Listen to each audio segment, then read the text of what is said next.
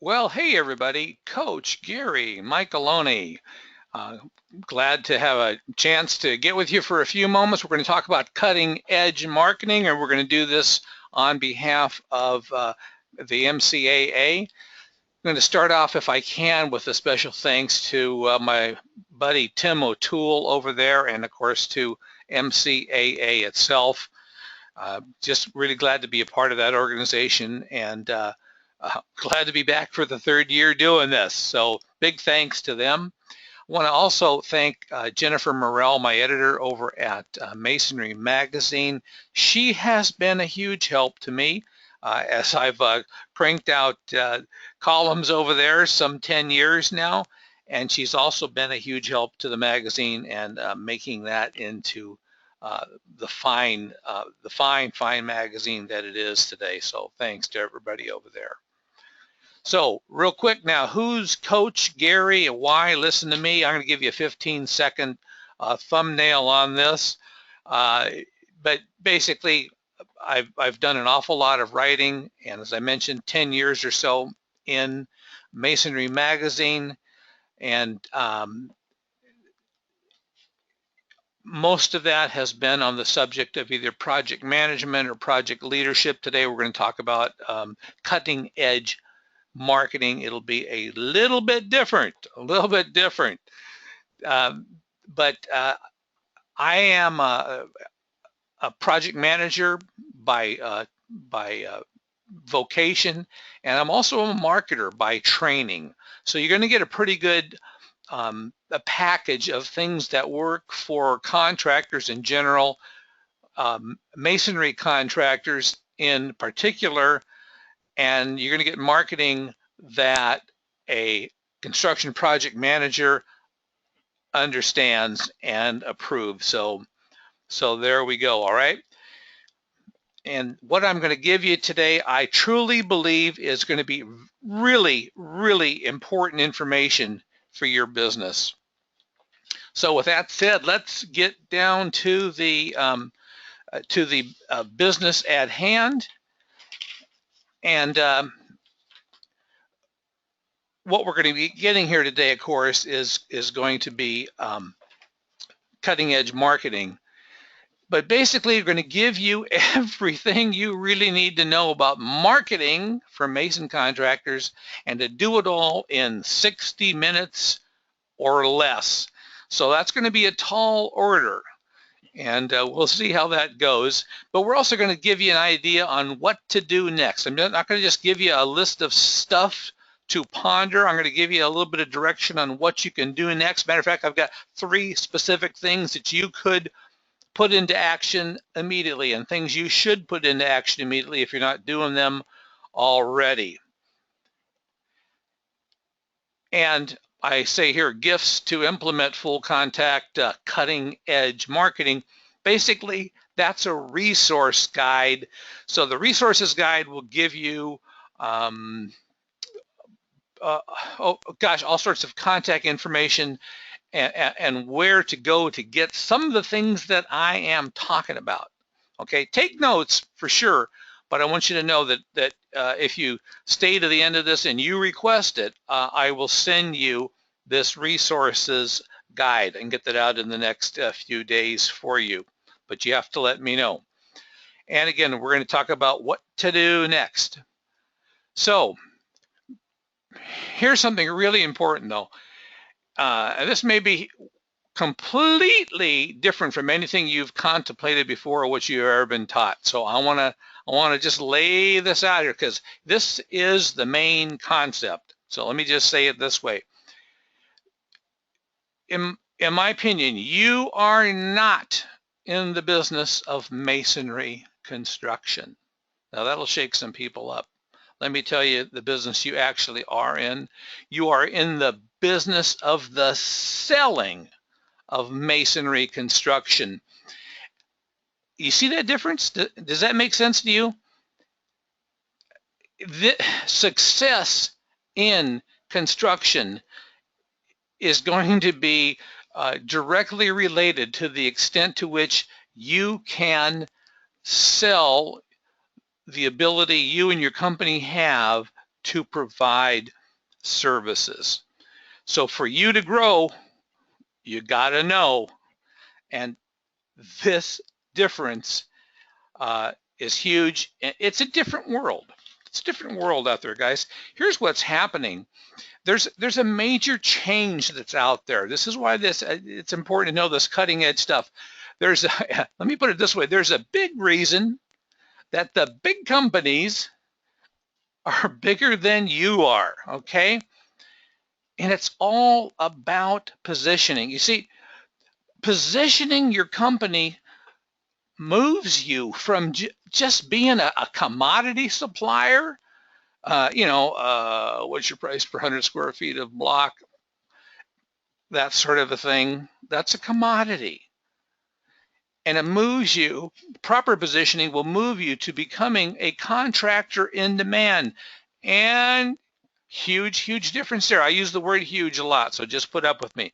But it's a tremendous difference, and you need to appreciate what that difference is. But you need to be the company that's in high demand. You can get reasonable prices if you're in high demand. If you supply commodities, not so much. Kmart in retail tried to do that. They're basically out of business, I do believe.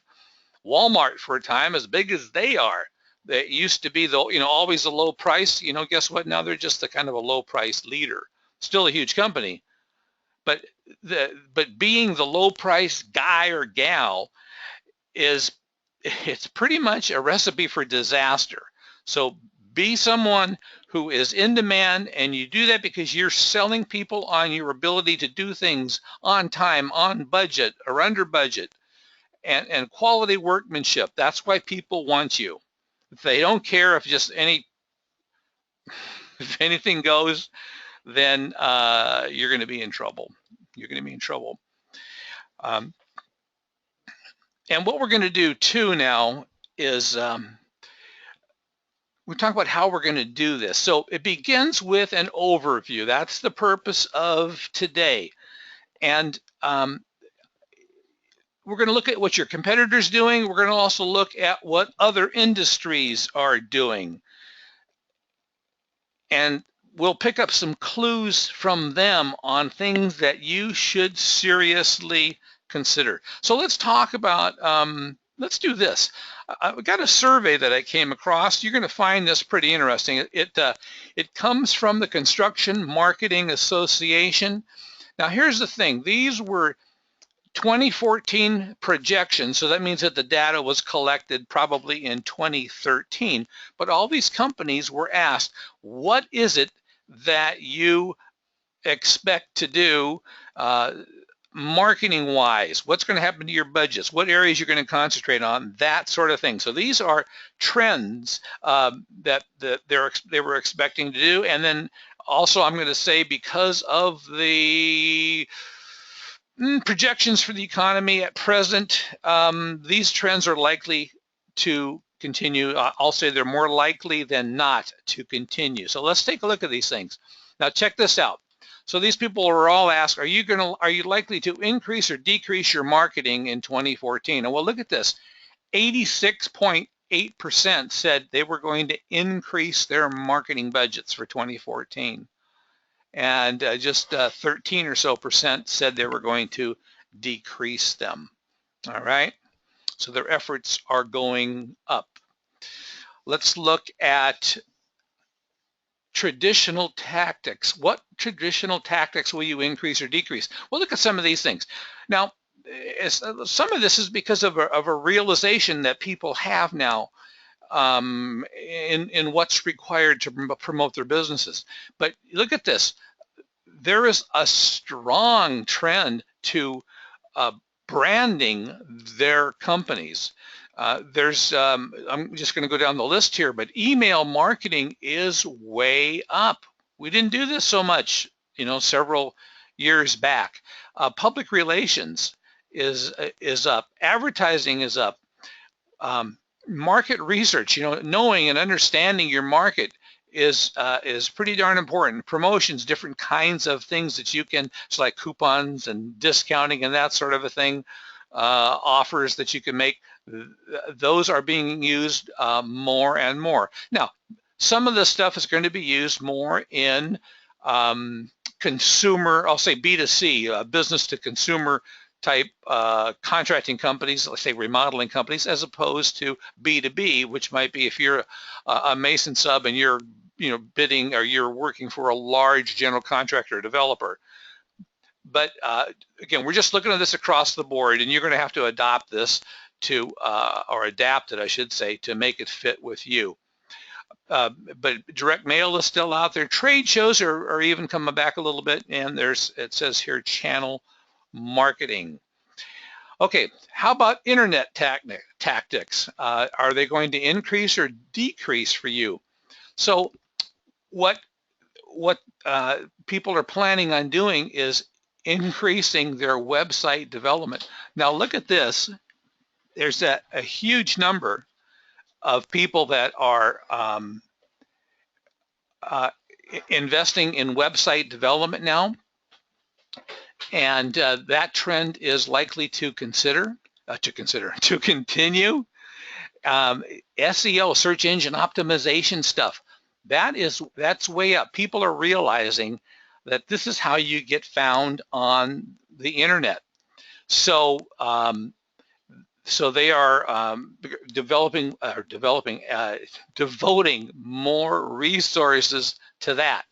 Social media, almost everybody recognizes now that social media has become more and more important as a way of promoting your business. We'll talk about that some more.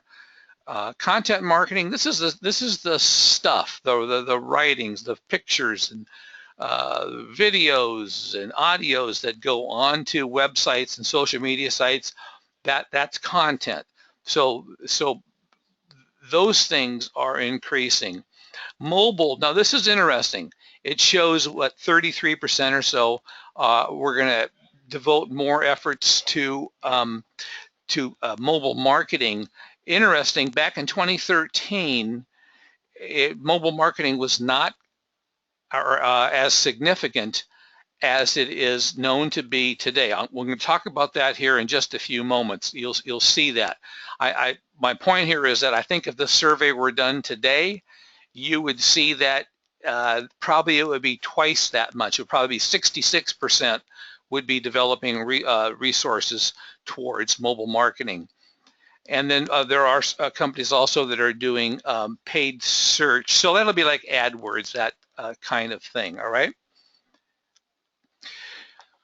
Lead generation tactics, are you going to increase them or decrease them? So local search engine optimization is definitely up. But then, traditional stuff like sales prospecting, that's still very high as well. People are using lead services, and here, this is pretty interesting. You're going to see, look at the bottom of that list where it says Dodge reports and read construction data. So back in the day, that's where we tended to get most of our leads and that sort of thing. They came from vehicles like that. These days, no, not so much, not at all. These are lesser considerations by far. Contractors are reaching out through telemarketing. They're making sure that they've got reviews on Yelp and Google and that sort of thing. So just be aware that these trends are happening. And as I said, these are, in my opinion, likely to continue. Budget. Now this is an interesting term. So the question, let's just do it this way. So statistics. These are industry-wide statistics. They suggest the following, that in B2B companies, that a typical company, that's a business-to-business company, as I was discussing before, might have a marketing budget of a little over 10%, whereas a B2C, business-to-consumer, might be 10.9%. anytime you start asking about specific numbers for marketing, you got to take it all with a grain of salt, all right? I would just do this. I'd say, hey, what's yours? What do you consciously devote to your business as part of your marketing budget, okay? You have to decide because you're the only one that knows. But the basic question is, do you have one? Do you have a marketing budget? I'm going to say that the largest companies definitely have marketing budgets. They have marketing people, marketing departments. They do that because this stuff works. We sometimes think because, well, we're smaller companies, we don't need to do this so much. And yet you have companies like, think about Coca-Cola or General Motors. Everybody knows who they are, but my gosh, they market and advertise just there's no end to the stuff that they do. And these are huge entities, and they spend tons of money on marketing and advertising. And as I said before, everybody knows their name. If that's the case for them, think about the efforts that we should be putting forth, even as smaller, Mason contracting companies. All right. So let's be aware of that. Take a little bit of a side trip here, because we took a look at the of our industry, and as I said, this is what our competitors are doing, and but the important thing for you is what is it that you can do, and as I've said before, it's your decision, and but your competitors out there, they know what they're doing. They know that they've got to do this. So be aware of that. So I do want to take a little bit of a side trip. I started to say this before. Just as an analogy, okay? Penny Saver magazine. Now we're out here in Southern California, and the local Penny Saver magazine. Now this is a national publication, but it has regional circulations. And Penny Saver used to be huge, gigantic. I'll use that word out here. And gosh, when I was a young contractor, I would advertise in that thing myself. What's happened though, this is maybe signs of the time. Their revenue was down last year 10%. And just a couple of weeks ago, they shut down their business out here. That's not nationally, but in one of the largest regional publications they had, they are out of business now. They are out. So let's contrast that just to kind of get an idea on something. Again, this is a little side trip, but let's look at Craigslist. So their revenue is up 30%. I mean, who'd have thunk it, huh? But their revenue is up 30%. So they've got growth that is that's going on. One is a print magazine, and one is digital, and the digital is prevailing. One is living, one is dying. And now, by the way, these are both public publications. It's not like private, where it's a memberships, an organizational type thing. Those entities seem to be doing fine, just like we have, ours with MCAA and Masonry Magazine. It's a different type of a publication, but out there just competing for public dollars. Print is dying. It's sad. Well, think about it this way too. I'll ask this question: has your local newspaper gone out of business? Mine has. Over the last 2 or 3 years, I think two of our local newspapers have gone out of business. They've been bought out. They've been absorbed. All that sort of stuff.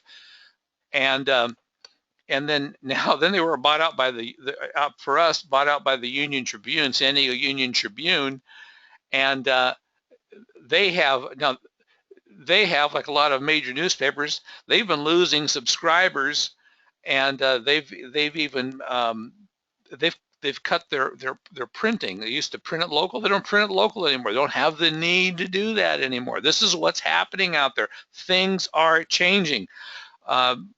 Gosh, back when I was a kid, there was a magazine called U.S. News and World Report.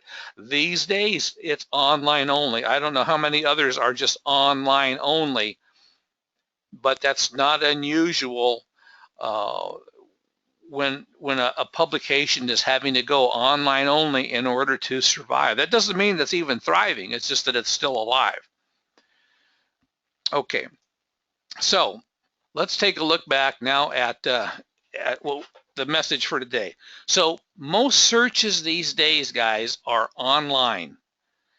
And of those searches, over half of them are on mobile. Now, this is a writer-downer on your notes, but people are looking for, when they're looking for things, they go online first, and they tend to use mobile devices to do that. So even if it's making an offline purchase, think construction services, all right? Even when people are buying, we describe this in the marketing world as brick and mortar type stuff. Well, it's literally true for us, isn't it? Anyway, when people are looking to make hard goods purchases, they still go online. Their searches begin there. Their first search is online. There's also a high correlation between the initial search and the first page on Google. We'll get into this in a little bit, but a high ranking site, when people do their initial searching, even for offline stuff, people tend to then follow up with those people on the online searches and then book the services for their offline needs. So it's just a weird thing that's going on, but it is going on. And if we ignore that, we ignore it to our peril. So we can't be doing that. But people they're going online, and you know what? Primarily, they're going online with their smartphones. That's how people are searching. 2015 is the first year that mobile exceeded the searches being done on desktops. It's one of the reasons that Microsoft, for instance, is down a little bit in sales. People aren't buying desktop computers. They're buying smartphones. They're buying tablets, and that's how things are happening now. Okay.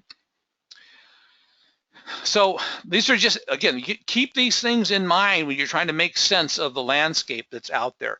You know, in order to be found, for your company to be found, you've got to be on page 1 of Google. Now, I'm going to talk about that in just a second, what that really means. But today's message, it focuses on becoming found. It's a critical thing to actually be found when someone is looking for you. So you have to be able to deal with that. And ultimately, though, facing this new reality, it's up to each business. Doesn't matter what I say, of course not. It's up to each business. It's up to you. So the question is, though, how are you going to react to this? What are you going to do? That's what we're trying to get across here today. But more than that, it's an appreciation of the changes, the magnitude of changes that are out there, which is why I keep talking about cutting edge marketing. This is pretty much up to the minute stuff, okay? All right, so let's go here.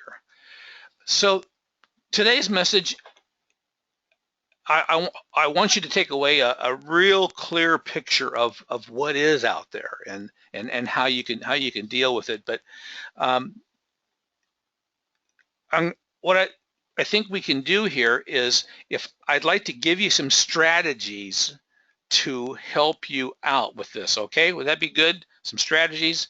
So let's do this, a way to deal with some of this stuff. So on your notes, I'm going to give you the 3 most important marketing changes for you to do today.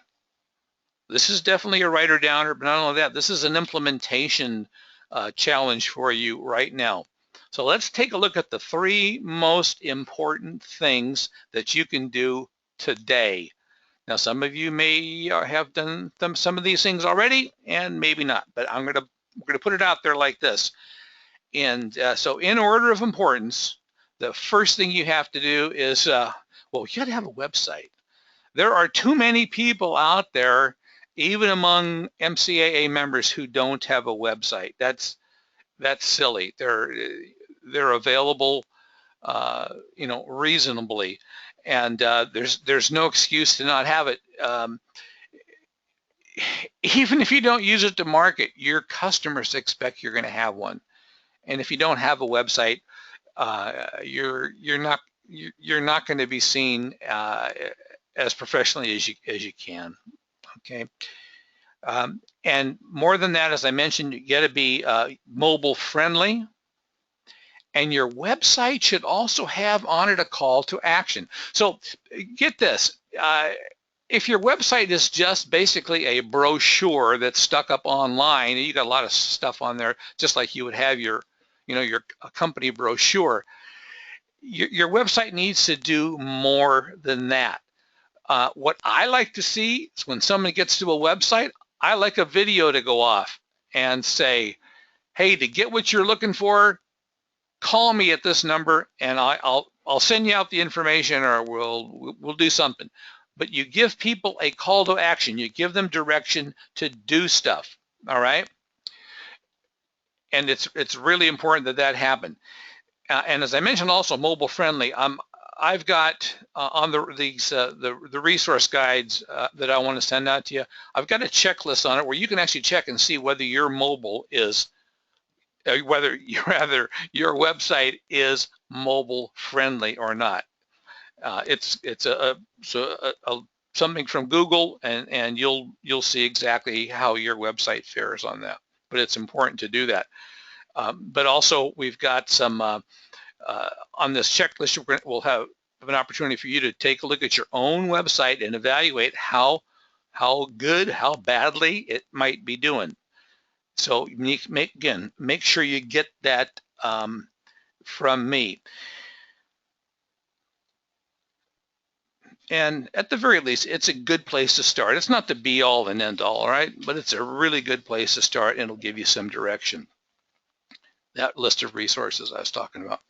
Okay, so the number two thing is your website has to be search friendly. More about that here in a second. But look, as I mentioned before, most searches are being done with mobile. And as I said, most searches begin online. So ranking is critical. Where you show up on a given page and on what page you show up is very, very important. And you need to be ranking extremely high for the keywords that are important to you. So in other words, if someone was going to do, they were looking for a mason contractor in St. Louis, Missouri, and they might type that into Google, mason contractor, St. Louis, Missouri. Well, if that's you, then you need to be ranking on that page as highly as you can, but on that page, for page 1 of Google, for that keyword search term. That's how that works. All right, a little bit more on that in a wee bit, but that's what we're trying to do. Because if you're not found, then you're lost, and so is your sale. Because people, even for building stuff, they're looking online to get the information that they need. Now, third is to build your list. Customer list is what I'm talking about, and I'm talking about doing something digitally. And the reason we do things digitally is it gives you a chance to, as I like to say, touch your list. So it basically gives you regular contact with your prospects. And I'll help you out with this on the resources list. But look at a list, a customer list is not a bunch of business cards rubber banded together and thrown in your top desk drawer. So everybody has those. That doesn't count. That needs to be put into digital format that you can use. Having names on a yellow legal pad does not work. All right, that's not what we're talking about. Here's the thing: a good digital list allows you to easily contact your customers. So for instance, let's say you needed to do this. Let's say you needed to contact all of your contracting prospects, but you didn't want to contact also your vendors or your suppliers. You just want your potential prospects. So here's the question. Could you easily, in 15 minutes, contact that entire list of people? You see, when you have a good list, you're able to do that. And you can send out an email that's personalized. It says, "Dear Jim, hey, check this out." And you give them something that's kind of some important information there. But you personalize it, you can do it in a minute, and you send it out to just the people that you want it to. You systematize things. This is how things need to happen. You can use a good list to set things up to where you are, gosh, you could create content over a weekend and schedule it to go out once a month for 12 months. I mean, you can do stuff like that when you have a smart list put together, like I'm talking about. All right.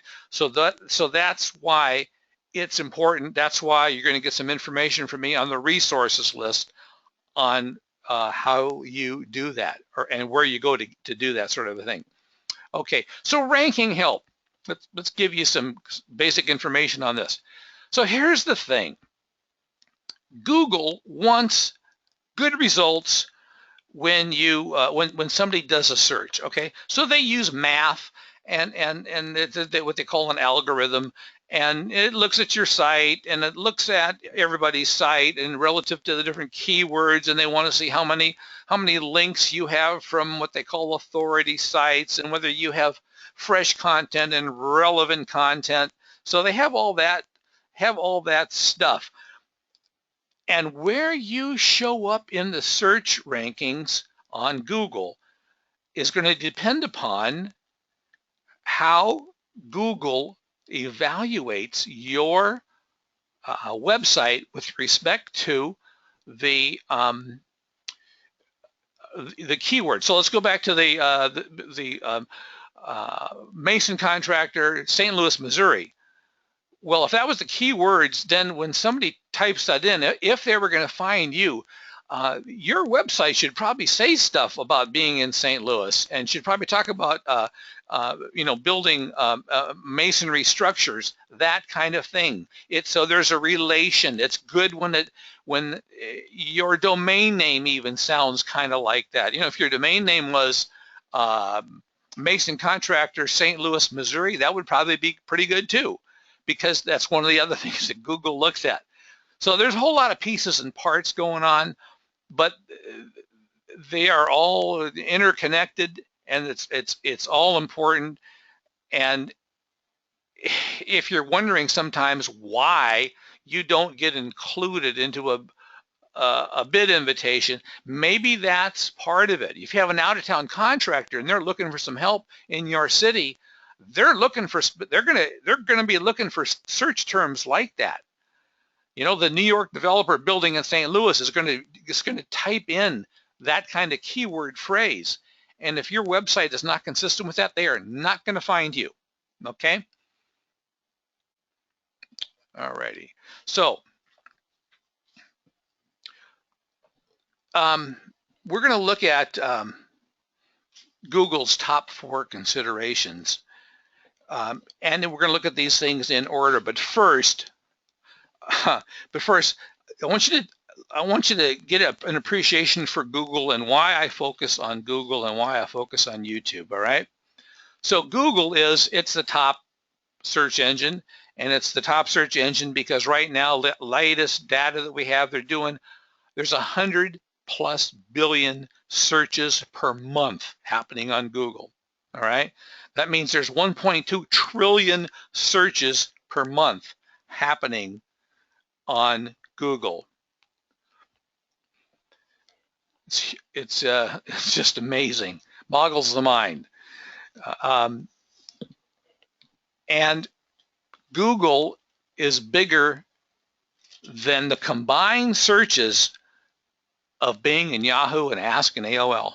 You hear these things, these other search engines, you see they run advertisements on TV. You know what? I'm going to tell you, don't waste your time trying to get your stuff ranked on those four. This is my personal opinion, all right? So you do a good job of getting ranked on Google, and those other four will take care of themselves. Just trust me on that, all right? Don't get sidetracked on that. But that's the importance of being ranked highly on Google. Okay, secondly, YouTube is the #2 search engine. They have over 3+ billion searches per month. And look at this. There's 6 billion hours per month of video that's viewed. You wonder what the people in our country are doing? They're watching YouTube. That's what's happening. That's either funny or sad. But anyway, those are the statistics that's on there. But it's interesting too, is that people also do searching on YouTube. There's a search engine bar on YouTube. I had somebody today, I do a lot of lead generation and stuff, and somebody searched on YouTube to find me. It had to be for a foundation repair, but they saw one of my YouTube videos and contacted me about that work. So it's a very powerful search engine. Okay. I mentioned it's a #2 search engine, but look at this. This just flabbergasted me. 1 out of every 2 internet users is on YouTube. Everybody goes there, all right? Cisco says, it's a large tech company, Cisco says by 2019, 80% of the world's internet traffic will be video. You can't ignore the impact of video, is why I am telling you this. This is the direction. It is a floodgate, and you're going to have to be a participant in this. I don't know any way around it. I think you just suffer greatly if you don't. But the teaching, as I mentioned before, is that only Google and YouTube really matter, because it's what Google wants is they want good searches. All right. The reason that Google wants backlinks from authority sites. Well, the one that they value the most is YouTube. They do that because they own it and they love it. It's one of their little children. So links from YouTube are highly important to the Google search algorithm. And your video, because it's #2, but your videos should be on YouTube, and those videos on YouTube should be linked to your website. Okay, that's how you do that. That's how you do it. Social media. So the next important thing, social media, and among the social media, we're going to put Facebook on there. Facebook is the #3 search engine. People will search on Facebook for mason contractors in St. Louis, Missouri. It's the #3 place to search. Okay. So you need to have a business page for your big Facebook business page, and that has got to be linked to your website as well. All right. The number 3 thing in terms of importance is the rest of social media. On that list of resources I'm going to send you if you ask, I'm going to put like there's the dozen most valuable sites in terms of the amount of searches their posts that go to them each month. And so, as I said, I got about a dozen sites of those, but each of those posts, where possible, should be linked to your website.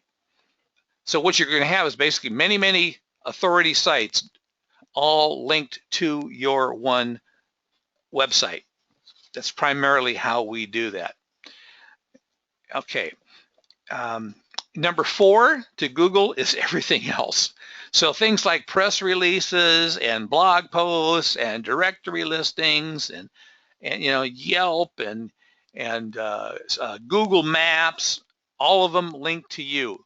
That's also very important in doing this. So you're looking at this stuff, I'm sure, and you're going, oh my gosh, how can I survive this?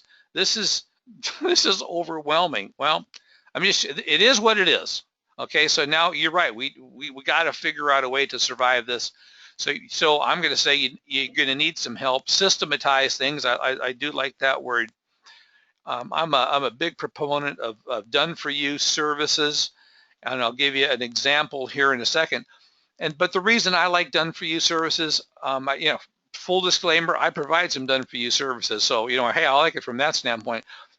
But I've also worked with enough people that when they do, they say, oh, I'm going to do all that myself. Well, what happens is they end up not doing all that themselves, and then they hurt their businesses by not creating the videos and uploading them and doing the posts to the social media sites, and they're not doing press releases, all this sort of stuff. Think back to the marketing budget and what needs to happen out there.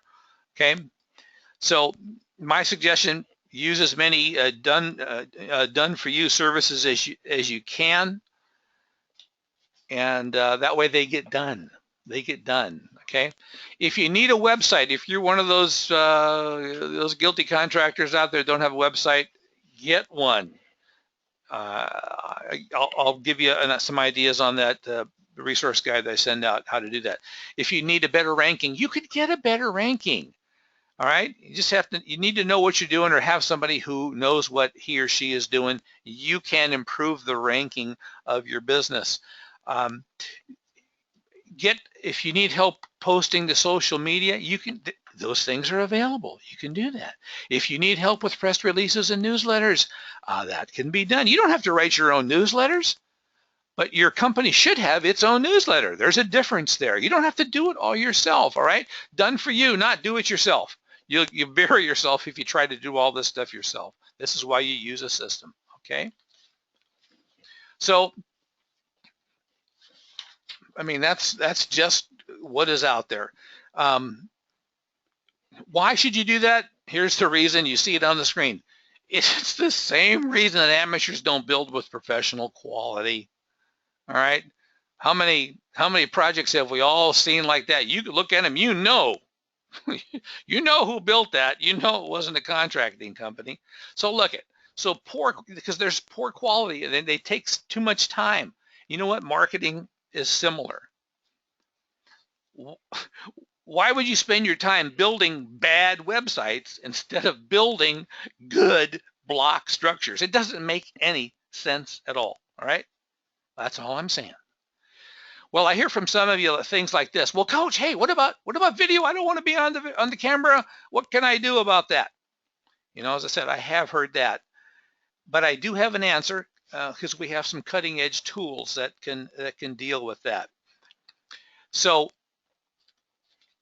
you'll see that they'll address your that part of your marketing problem, and it is a marketing problem because you need to have some videos. It's terribly important to do that.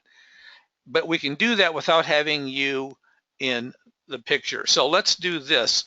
Let's see if we can go to the internet, and let me see if I can get there without messing up everything else. Here we go. Gosh, sorry about that.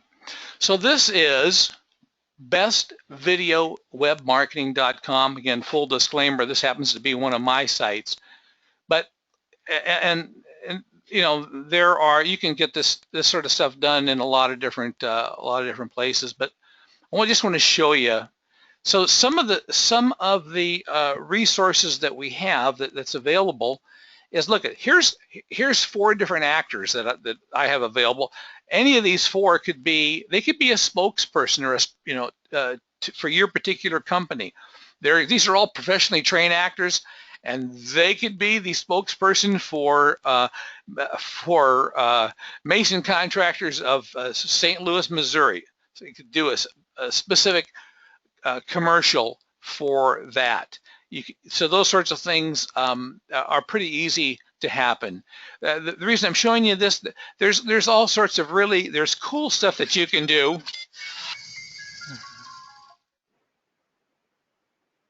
So we can do some jazzy things like that. We can do things like this. I don't know if you can. Anyway, so that's a way of making your business appear like it's on Fox Business News or CNN, something like that. Anyway, the point, guys, is that those sorts of things are out there, and your face doesn't have to be on any of those things. All right. So so I'm going to say it's not to worry. All right. So let's see if we can go back to here. Okay. So that's all I wanted to get across. That there are ways to deal with this stuff. We can do, and I have done animated commercials. We can do whiteboard videos, and of course, you guys, you could do a video on your smartphone, on your iPhone. Any of that stuff will be helpful to your cause. But the basic teaching is that you need to do that sort of a thing, okay? So just be aware of that, all right? So now let's go here as we finish this thing up here. So other things with the list of resources I'm going to send you out. So we're going to show you what you would do for press releases and newsletters and lists, that kind of thing. There's a lot of resources that are out there. You're not in this by yourself. And again, I'll point out which of the social media sites are probably the most important ones. And again, I use the ones that are the biggest. So the stuff that I do, I'll post. If I do a video, I'll generally also post that onto about 12 or 15 social media sites. It's just the way we do it. When I do a press release, same thing. Everything is linked back to the main site. That is how you are doing that stuff, all right?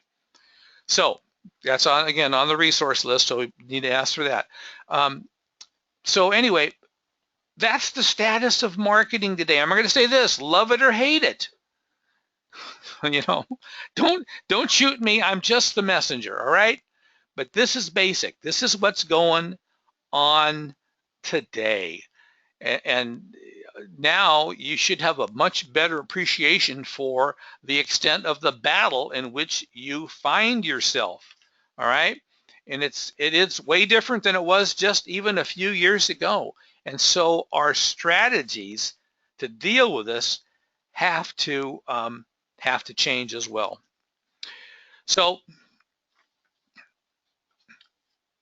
this is fullcontactteam@gmail.com is going to be the best place to email me. Tell me you want the resources guide, and we will get that out to you. That offer doesn't go on forever, and you better make sure that happens within a couple weeks of the time you see this. Otherwise, it may not be available anymore. So I just do it immediately if I were you. So anyway, what I'd like to do is I want to thank you for being here and for participating in this, being a part of MCAA, and we really value your partnership in all this. Thanks again to Tim and all the people over there at MCAA. And for them and for me, this is Coach Gary. Thanks for dropping by, everybody.